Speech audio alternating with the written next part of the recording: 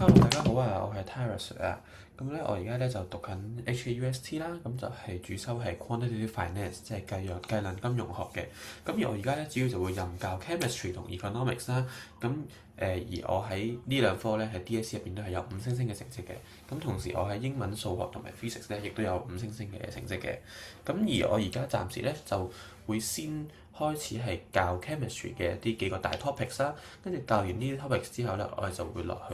就會開始有多啲嘅影片，就係教 economics 嘅 microeconomics 同埋 macroeconomics 嘅大 topics 嘅。咁咧，喺呢幾年咧，亦都有開去有好多資報嘅學生啦，咁亦都係主要係補 chemistry 同埋 economics 兩科嘅。咁而大家咧，而我嘅好多學生咧都係有好明顯嘅進步啦，就係因為我嘅 notes 有俾到好多好明確嘅溫習方向啦、答題嘅框架啦，同埋有大量嘅 exercise 俾佢哋去做練習嘅。咁而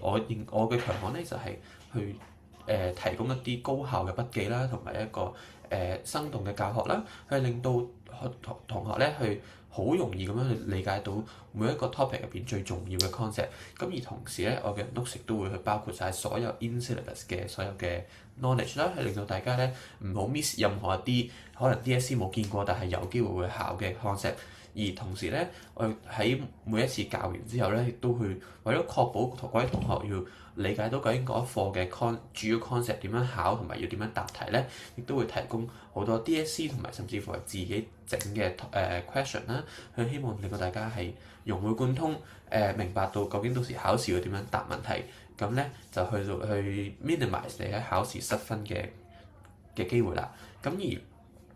我哋今日嘅要講嘅 topic 咧就係 chemistry 嘅 calculation 啦，亦都會係我第一條影片，亦都會係嘅課堂，亦都會係講緊呢個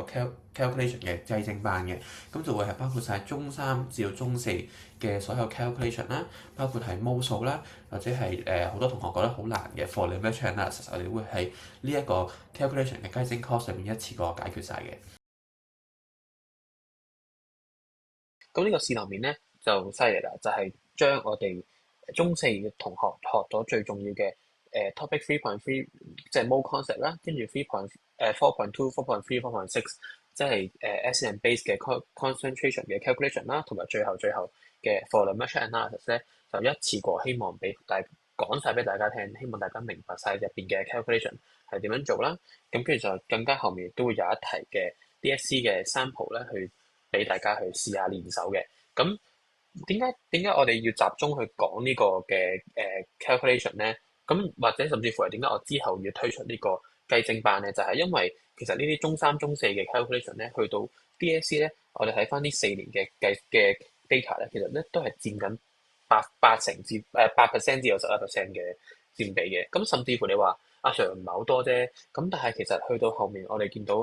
enthalpy change 或者係 equilibrium 呢啲咁嘅我哋叫做 Part Two 嘅題目咧，依然係會有同呢啲題目有關嘅，同呢啲計數有關嘅。咁所以咧，中四嘅同學或者係啱啱準備升上中五啦，或者係中六 DSE 嘅同學，都必須要打好呢個基礎，先至去繼續去做其他嘅 calculation 嘅。好，咁再介紹下呢個雞精 course 啊，即係嚟緊我嘅雞精 course 咧，其實係甚至乎有更加多嘅 materials 同埋更加多嘅題目嘅，包括係有一個 definition sheet 就係 for 所有嘅計數嘅 formula 嘅所有嘅 definition 啦。咁係 for 如果你話即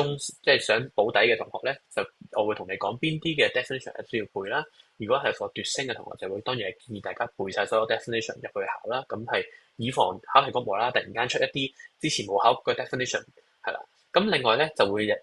個雞精 course 亦都有啲2024、2026年嘅題型咧，係類似呢啲嘅計數嘅題型咧，係會出翻喺個雞精 course 入邊嘅。咁最後就係包括晒所有中三、中四嘅 calculation。咁希望讀完個 guiding course 之後咧，所有同學中三、中四、中五嘅同學咧，都可以了解到究竟係呢啲嘅 calculation，中四嘅 calculation 咧係點樣做啦，點樣去快咁樣做啦，同埋唔好有錯咁樣去做晒所有題目嘅。咁如果係中三嘅同學咧，亦都可以聽下我呢條試堂片啦，亦都去理解下究竟中四嘅 calculation，即係 chemistry calculation 係點樣啦，係咪真係好似坊間所講咁難咧？係咪真係需要數理好好咧？咁希望睇完呢條片之後，你會發現其實 chemistry calculation 咧唔係好難嘅，只需要你跟緊成個 flow 咧，就唔會有錯就唔會有好大機會錯噶啦。好，我哋正式開始啦。